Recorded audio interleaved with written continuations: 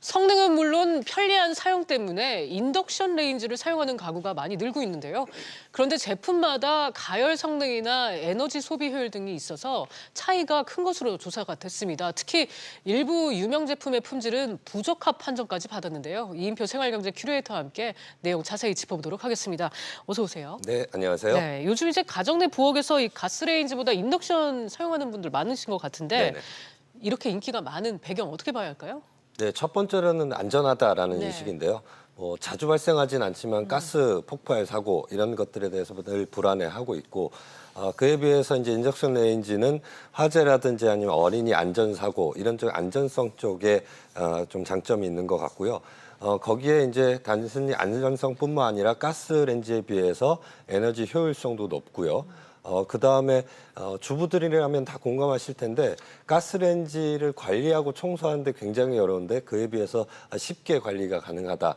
그리고 조리도 빨리 할 수 있고 그리고 또 하나는 무엇보다도 성소 상태를 항상 청결하게 유지할 수 있다. 이런 정도 장점이 있고요. 거기에 또 주부들 중에 아이를 키우시는 분들은 또 미세먼지에 대해서 굉장히 스트레스를 많이 받으시는데 일산화탄소 등 유해가스 배출이 좀 적다 보니까 많이들 선호하시는 것 같아요.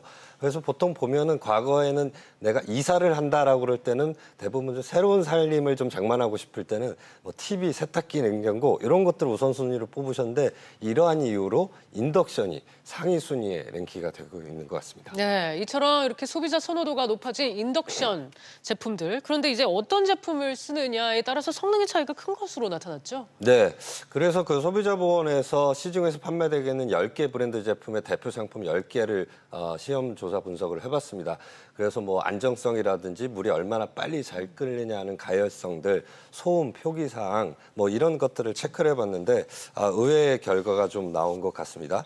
그래서 첫 번째로 보면 제품별로 가열 성능에 대해서는 쿠첸이나 LG전자, SK매직이 우수하고 가이타이너나 린나이, 일렉트로룩스, 해피컬, 일로 등이 양호하고 매직셰프, 쿠쿠 등이 보통 수준으로 좀 평가가 됐고요.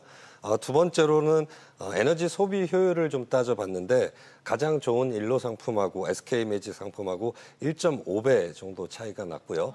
실제로 이러면 전기요금도 한 1.6배 정도 차이가 난다고 합니다. 세 번째로는 제품별 최대 소음을 한번 체크를 해봤는데 5개 제품들이 우수한 것으로 나왔습니다. 그래서 쿠첸, 쿠쿠, 해피콜, 이에로, SK매직이 양호하고 우수하고요. 나머지 제품들은 보통 수준으로 나타났습니다. 네, 같은 인덕션 레인지 제품인데도 이렇게 성능이 이렇게 다르게 나오는구나 하는 거를 확인할 수 있었는데 한편 이제 시험 대상 제품 중 일부는 안전 기준에 부적합 판정까지 받았다고요? 네, 그렇습니다. 해피콜 같은 경우는 한 번의 터치로 발열이 된다 해서 부적합 판정을 받았는데요. 전기용품 안전기준에 따르면 인덕션 레인지는 2번 정도의 터치 과정을 거쳐서 발열이 돼야 되게끔 되어 있는데 그걸 좀 어긴 거고요. 일렉트로닉스하고 일로 같은 경우에는 아무래도 수입 제품이다 보니까 표면의 뜨거움이라든지 이런 것들이 영문으로 표시되어 있는데 한글로 표시가 되어 있어야 합니다. 근데 그 부분을 지키지 못한 거고요.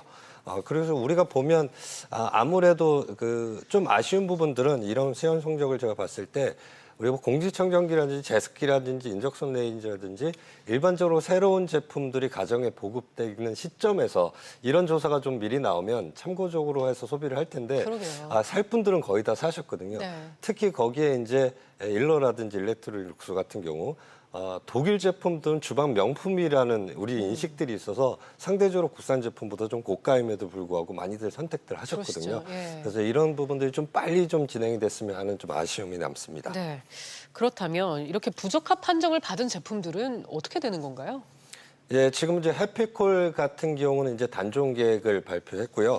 그다음에 일렉트로룩스 같은 경우는 영문 표기를 한글로 개선을 해서 그다음에 판매를 하겠다라고 했고요.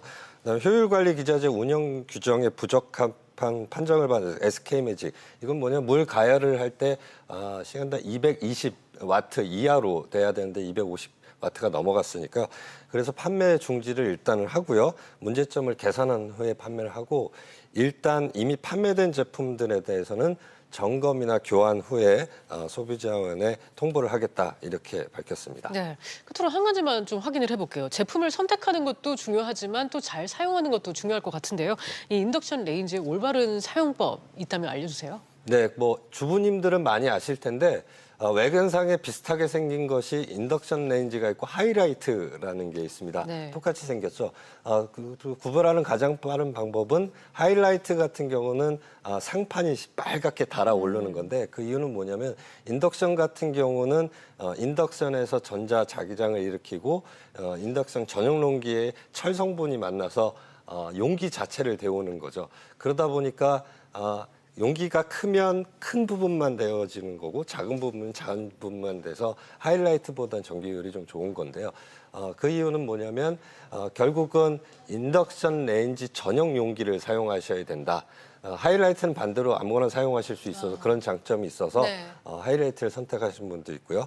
결론도 다시 말씀드리면 인덕션 레인지 전용 기구를 사용을 하셔야 된다. 그렇게 보셔야 되고요.